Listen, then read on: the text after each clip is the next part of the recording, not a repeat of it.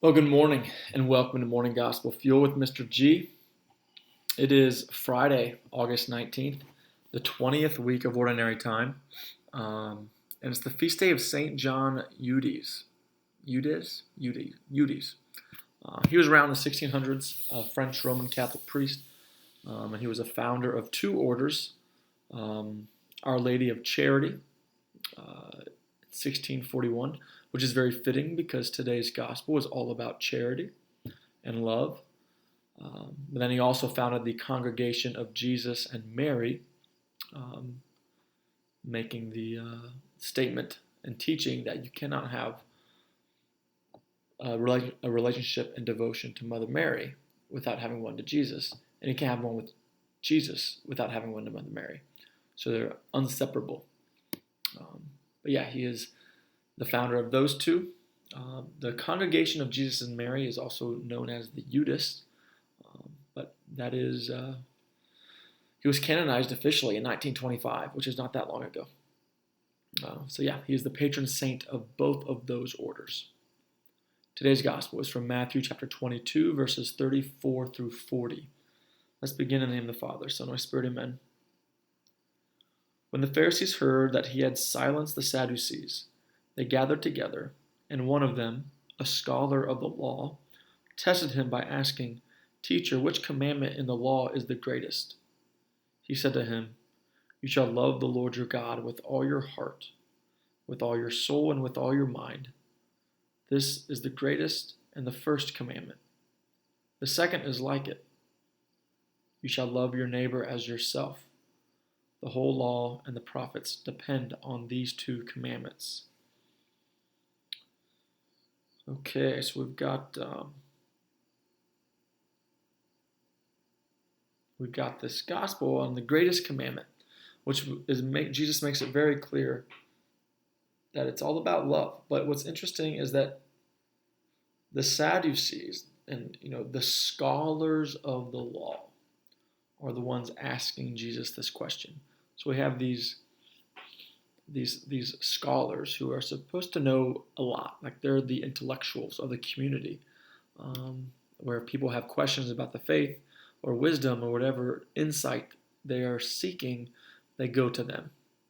So they're trying to kind of test Jesus and see if this guy's really what they're saying, if he really knows what he's talking about, or they're trying to trap him, really, as they oftentimes did, and try to also get caught into vainglory, and thinking that they're smarter than Jesus, pride.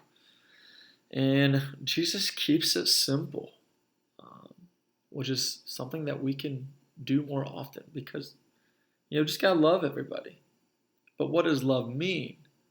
That love doesn't mean acceptance and tolerance of everything, but it does mean respecting them all as everybody is a son and daughter of Christ, and it should be rooted in natural law, God's law, because the Catechism states, love. The definition of love is to will the good of the other. It doesn't mean give them what they want all the time. It doesn't mean appease all their emotions and desires all the time.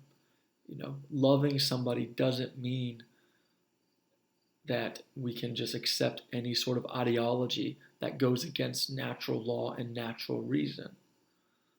Because clearly Jesus was not tolerant of everything and everyone, and God wasn't. We see all the destruction in the Gospels, in the Bible. So tolerance is not a thing, but love is. Love and charity are oftentimes used interchangeably. So we need to make sure that we understand what love means. Just like a parent who raises a child, you tell them no, and you don't let them get everything that they want in regards to eating, drinking, activities, whatever your children are doing, you tell them no, and you discipline them. You don't appease all their emotions all the time.